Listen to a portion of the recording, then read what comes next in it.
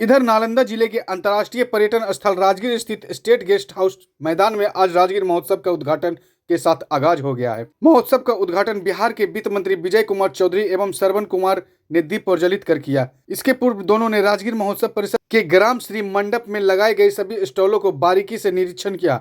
इतना ही नहीं, महोत्सव में भाग लेने के लिए बड़ी संख्या में लोग राजगीर के स्टेट गेस्ट हाउस मैदान में पहुंचे हैं। इस दौरान वित्त मंत्री विजय कुमार चौधरी ने कहा कि बिहार को विशेष राज्य का दर्जा मिलनी चाहिए।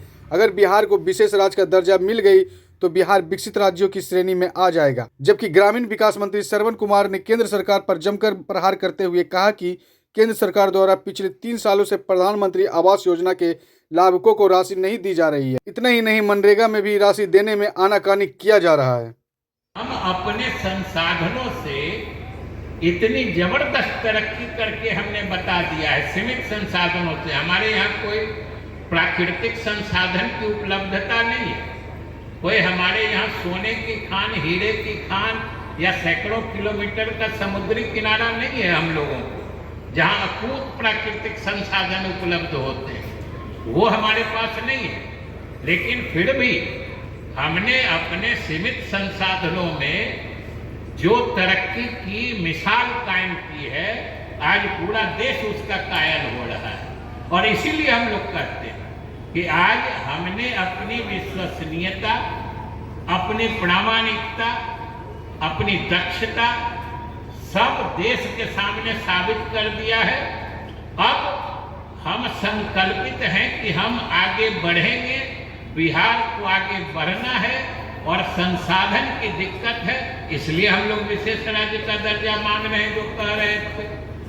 और अगर दे दें, जो बता रहे थे जितने गरीब चिन्हित किए गए हैं 94 लाख से अधिक या 64,000 से अधिक जो भूमि और गृह विहीन परिवार चिन्हित किए गए हैं, उनको हम लोग सारी सुविधा उपलब्ध करा देंगे, वरना बहुत समय लगेगा। हमारे पास सीमित संसाधन है।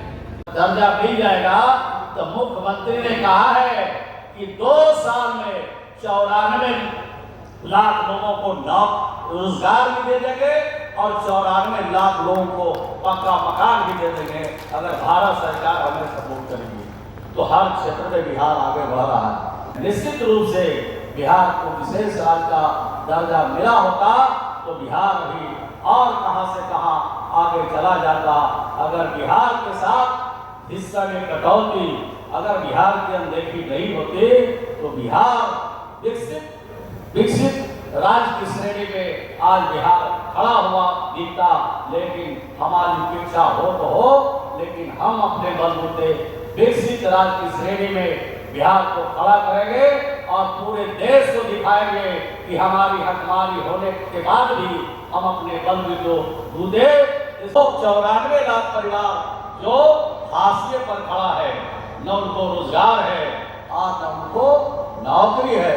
आज मनरेगा जैसा योजना हमारा चलता था देश में, बिहार में 33% मनरेगा के योजनाओं में भी कटौती किया गया है।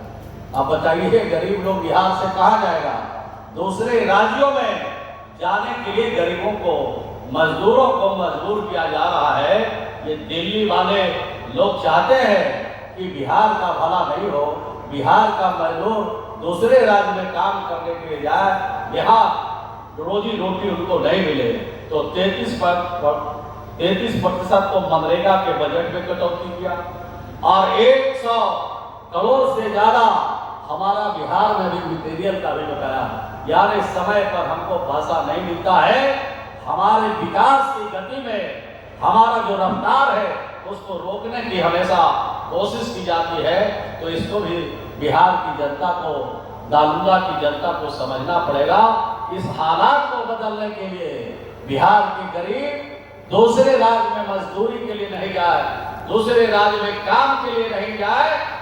अगर कोई अच्छा आमदनी के लिए जाना चाहता है तो उसको रोक नहीं है, लेकिन उसको रोजगार देने के लिए कहा है मुख्यमंत्री जी ने कि 5 साल में 94 लाख परिवार को 2-2 लाख रुपया देंगे।